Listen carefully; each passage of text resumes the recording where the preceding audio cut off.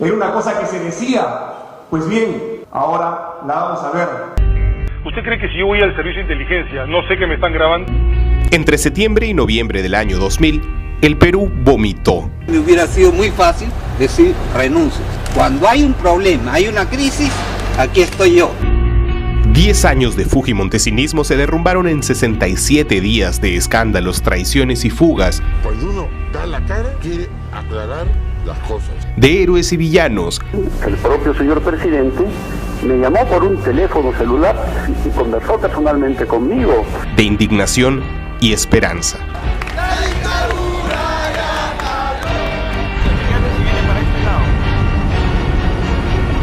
Durante una década solo vimos lo que ellos querían que viéramos, solo bailamos lo que ellos querían que bailáramos. Una década que duró hasta este día. Que sea lo que Dios quiera. Este día empezó a caer la venda. Este día se acabó el baile.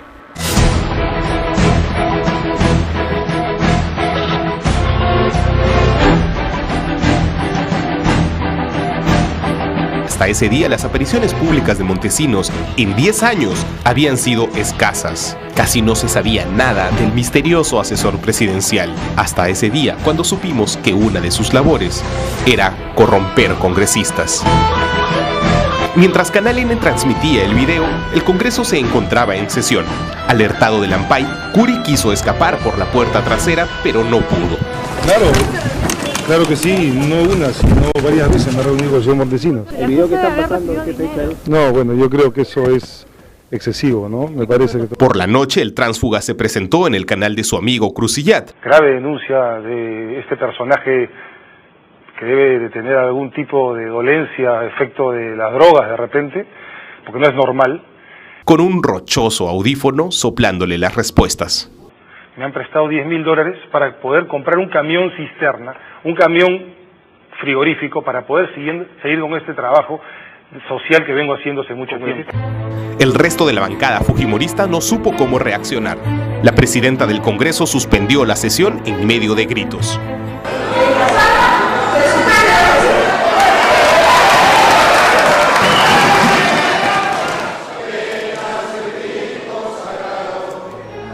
Y mientras la gente protestaba en las calles, Fujimori guardó silencio durante 3 largos días. El doctor Montesinos se pone a derecho y explicará lo que ha pasado el día de ayer en el video. El presidente de la República, estoy seguro que en las próximas horas no va a tener ningún inconveniente hacer declaraciones. Convocar en el inmediato plazo posible a elecciones generales.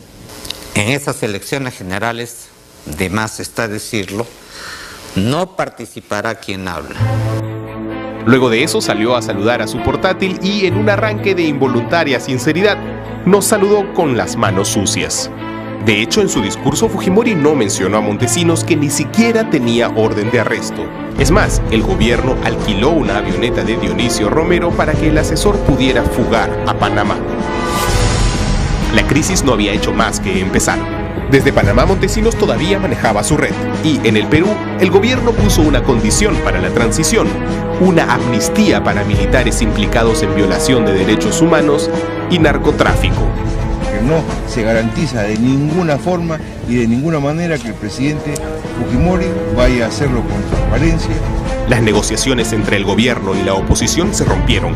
El primer vicepresidente, Francisco Tudela, renunció alegando que el gobierno le seguía el juego a Montesinos.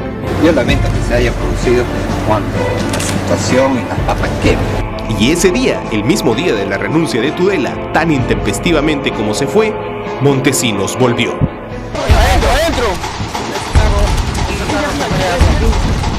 Durante 2 días, Fujimori rastreó a Montesinos en Chaclacayo, desesperado al parecer por el botín más preciado: los videos. Desde algún lugar del Perú, Montesinos hizo sentir su poder. He regresado porque me iban a matar y no para desestabilizar a mi país. En cuanto a las coordinaciones para mi regreso, le debo de decir que estas se hicieron y con el propio señor presidente de la República. Al día siguiente, lo que faltaba. En Moquegua, dos desconocidos militares, los hermanos Humala, se sublevaron contra el gobierno de Fujimori e iniciaron una marcha etnocacerista con reservistas del ejército. Si no lo hacía yo, lo hacía un comandante, otro comandante, pero alguien tenía que hacer. Y ese mismo día, sin que nadie lo supiera y mientras todos miraban a los Humala, Montesinos fugó hacia Venezuela en el velero Carisma.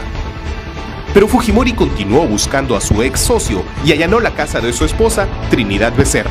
Allí encontró relojes y también algunos de los codiciados maletines. Habría montos depositados en un holding por una suma de $5.317.000. El 13 de noviembre los peruanos amanecieron viendo a su presidente en el lejano sultanato de Brunei. En medio de la noche Fujimori se había ido del país burlando a la prensa y a todo el Perú. Ese mismo día, Marta Hildebrand fue destituida de la presidencia del Congreso. El motivo, haber obstaculizado la formación de una comisión investigadora contra Montesinos. 64 votos, un voto en blanco, un voto viciado. El 16, por primera vez en 8 años, un opositor fue designado presidente del Congreso. Valentín Paniagua Corazao, el congresista con menos votación, ya se voceaba como sucesor del desaparecido Fujimori. El 19, otra sorpresa. Fujimori aterriza en la tierra de sus padres. Al día siguiente, desde Japón, renuncia a la presidencia del Perú, mandando un fax. La muerte del fujimorismo no es cierto, señora presidenta, porque el fujimorismo está en el alma de millones de peruanos. Señores congresistas, En el Perú, el Congreso no acepta su renuncia y lo destituye por incapacidad moral.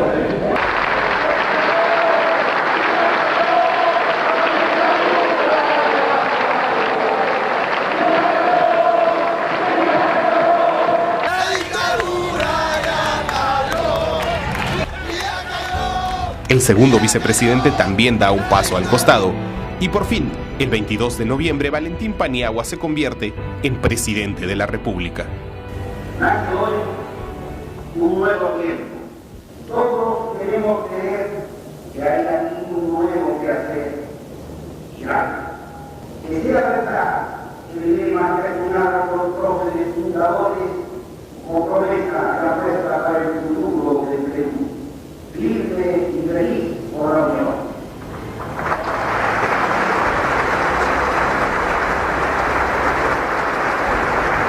Desde entonces el camino ha sido largo, duro y lleno de decepciones. Sí, continuaron los escándalos, las traiciones y las fugas, pero también se hizo justicia. Sí, muchos héroes resultaron villanos y otros nos dejaron muy pronto. La democracia no es perfecta, pero aquí estamos. Lo que empezó el 14 de septiembre y terminó el 22 de noviembre fueron simplemente dolores de parto. Ese día nació el Perú como lo conocemos ahora. Ese día los peruanos recuperamos al Perú. No lo volvamos a perder.